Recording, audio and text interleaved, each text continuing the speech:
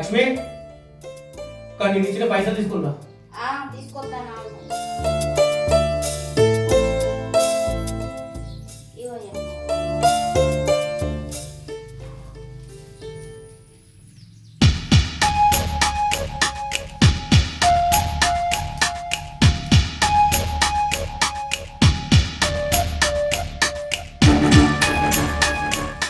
ముప్పై వేలు ఉన్నాయి కదా, 20,000 ఉన్నాయి.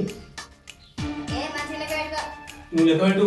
అవధమాడతానే నేను 30,000 తీసుకొచ్చి ఇచ్చిన. వచ్చినా కట్టి 30,000 మిత్తి కడితే నీకు తీసుకొచ్చి లోపల పెట్టమని చెప్పిన. నువ్వు ఎట్లా నా చేతికి ఇచ్చినావో అట్నే తీసుకొని బీరోలో పెట్టిన, మళ్ళీ తీసుకొచ్చి నీ చేతికి ఇచ్చిన. మరి ఇంకా 10,000 ఎట్లా?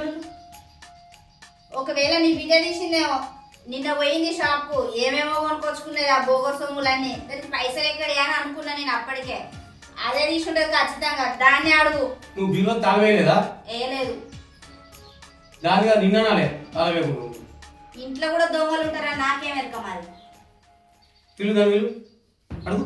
మౌనా మౌనా, మీ బాబు పిలిచిండు. వీళ్ళు వెళ్ళి డబ్బులు ఇట్లా వేసినావు. నేను డబ్బులు ఎందుకు తీసినా నాన్న? తీయలేదు. అగో ఉన్న నిజం చెప్పు. ఏం మాట్లాడుతున్నావు పిన్ని? నేను డబ్బులు తీయడం ఏంది? ఏందే ఏదో మెత్తకదనంగా అడుగుతా అంటే చెప్తలేవు. ఆడ ఆయన పైసలు ఇస్తే నేను అట్నే తీసుకుపోయి బీరువలో పెట్టిన. ఇప్పుడు అలా 10,000 ఇవ్వమాట. తీస్తే నువ్వే తీయాలి, ఇంకెవరన్నా ఇస్తావే. అన్ని డబ్బులు నేనేం చేసుకుంటా పిన్ని? దానికి తీయవలసిన అవసరం లేదు, నువ్వే తీయచ్చు. ఏం మాట్లాడతానో అయ్యా నువ్వు? అంటే నీ బిడ్డనేమో దొంగ కాదు, నన్ను దొంగ అంటావా? దొంగ అంటే నేను నీకు అవసరం ఉంటే తీసుకున్నావు అని అడుగుతున్నా. చెప్పనా? తీసుకున్నా అయ్యా, నాకు అవసరం ఉంది, ఖర్చు పెట్టిన బరాబర్ చెప్తా. నాకేమైనా భయమా?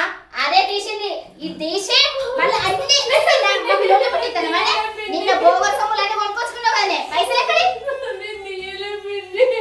అవి నేను మొన్న పనికి వెళ్ళిన పిన్ని. పనికి ఎప్పుడు పోయినవే నాకు తెలియకుండా? తీసి కూడా అదే తీసింది. కావాలనే నీకు నాకు లొల్లి పుట్టింది. మీరు చేయబట్టి నేనే ఇంట్లో ఉన్నాను, ప్రతి పాడుగాను.